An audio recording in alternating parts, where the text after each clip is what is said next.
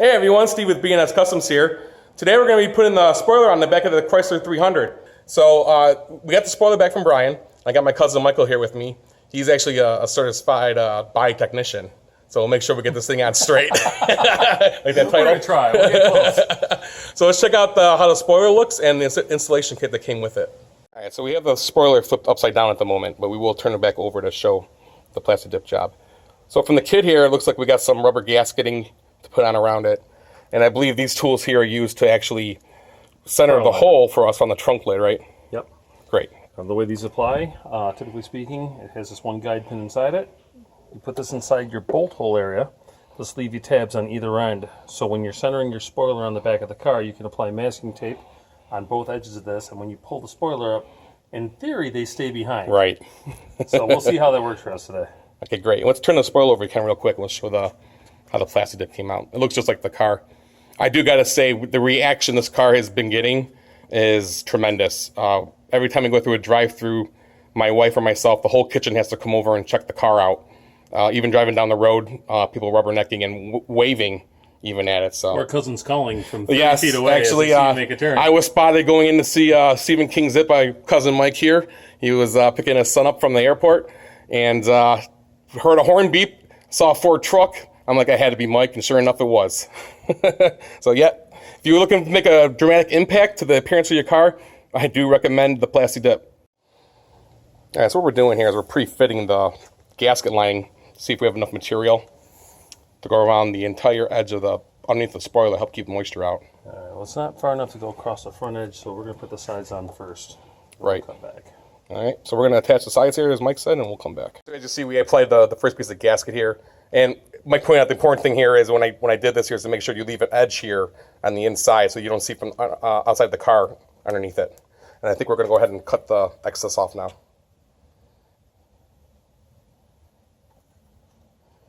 I'm just using a razor blade.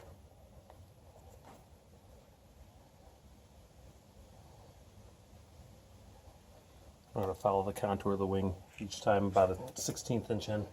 Great. Same thing over here. All right, so I just finished running the insulation across the bottom of the spoiler. As you see, we left the lip and edge here on the spoiler the whole way across, and then we just trimmed it at the edge. Mike is now applying the same to the top edge of the spoiler. All right, so here's the final product here with the spoiler, with all the molding on the inside of it, cushioned in. So now we're going to head over to the trunk of the 300 and look for any factory holes that this might line up with. We're going to pull the interior carpeting down. Let's go take a look at that. All right, so all we're doing now is moving the buttons inside the trunk here on the carpeting. You can see we already got 2 of them out. Now, they do make an upholstery tool to remove these clips. Right. We don't have that because I was ill-prepared for today's adventures. So we're going to try and use a pair of side cutters to just get up underneath there. And just simulate what the tool does. Yeah. So you want a flat screwdriver too, let me know. Well, let's get it started that way. You just want to use a little bit of pressure when pulling these out. You don't want to cut straight through, or else you're going to be replacing them. Right. Beautiful. We got the inner lining off. We had to use a T15 Torx driver to get the handle off that's on the inside here when you close the trunk. And then the carpeting came right off. We got the rest of the pins out. So taking a look here, Mike, what do we see? Well, depending if the aftermarket company built the spoiler properly and went to factory specs, they give you several holes inside here where we could be our alignment holes. So what we'll do is we'll take a measurement on the outside, make sure that this is where it lines up ahead of time, just for ease of install. All right, so we did some measurements with the spoiler on the outside of the trunk. And from there, Mike, we're going to just transcribe them now to the holes we have here available to us. So we're just looking for a basis of where we're going to be penetrating the metal from the outside. So we took an outside measurement with the spoiler with a dry fit. And we came up with just over 5 inches, which should put us in this hole. And the next one was right around 25 3/4, which puts us dead center in this opening on the bottom. So those will be our access points for putting the bolts through. So at this point, we're going to go ahead and measure it from the outside. We're going to try using these tabs and see how that works for us. All right. And we'll go from there. Great, let's go. So we're going to show you how to put these alignment tools in. They just pop right into the bolt hole here. There you go. One side is longer than the other, so it will only go on correctly one way. We have 3 of them in.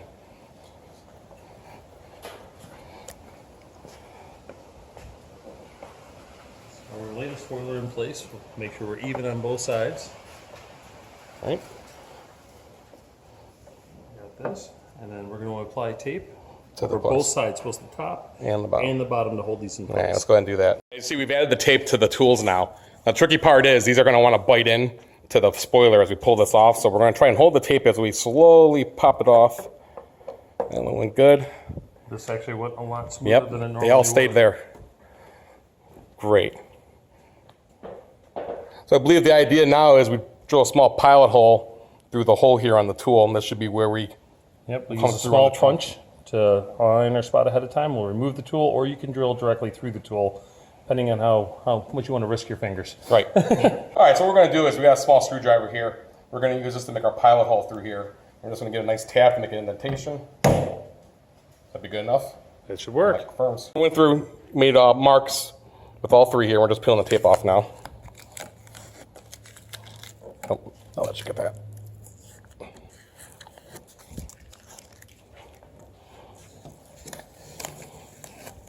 There we go. This one is that one right there.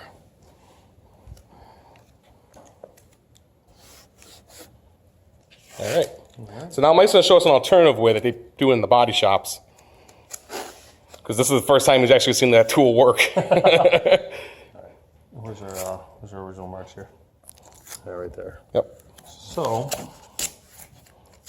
you want to put a thick coat of tape down. 2 layers, 3 layers should work. Lay that where you think the bolts are going to be. Definitely don't put them in until you have the tape down because they will scratch the surface of the vehicle. Using the plastic clips, the guide tools as they call them, you would line this up. You want to make sure you're where you want to be ahead of time. And then you just give a slight tap on each spot. And that'll leave a mark right where the bolt's going to be heading on each one of them. You can see a small circle. Yep. And then you'd punch to the center of that. All right, so now that we have the pilot hole marked, we're going to go ahead and slowly go through.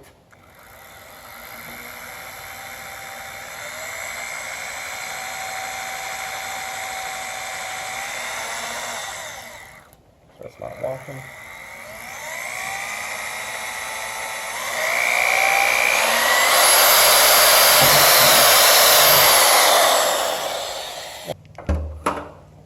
So one of the reasons why we pre-measure these holes to make sure where we're coming through, some of the wings that you'll get will actually mount right to the outside lip here. And when you drill through that from the top, sometimes you wind up going through your rain gutter here, which will cause you That's to bad. finish work. Yeah. So you want to make sure when you're drilling ahead of time, make sure you're not in this area where you're going to be over the top of your seal or your rain gutter. If you are going to be, I'd suggest putting a block of wood in here to support the deck lid up a couple inches. Right, To give you some drilling in room the to wood. work with. So we're just going through now and matching the size of the hole to the size of the bolts we got.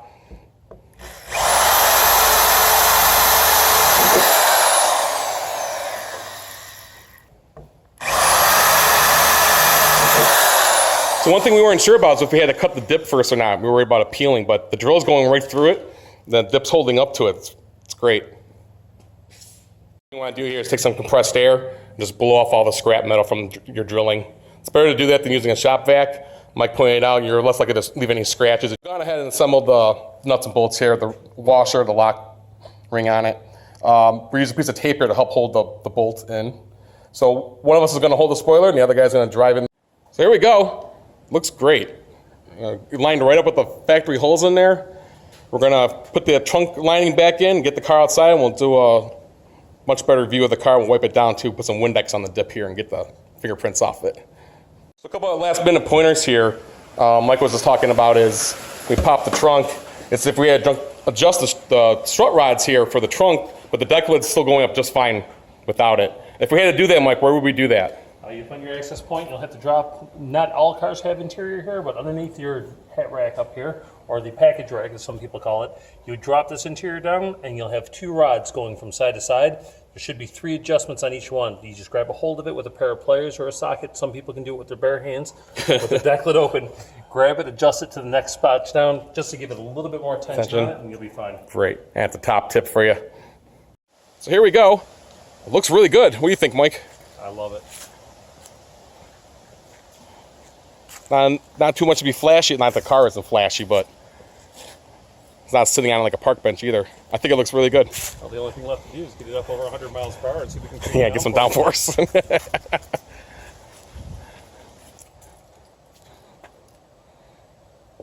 Yeah, so next I think for the spring is some new rims for this thing. Looks good. Thanks for all your help, Mike. Anytime. All you guys for watching, thank you very much. Please remember to like the videos and subscribe to the channel.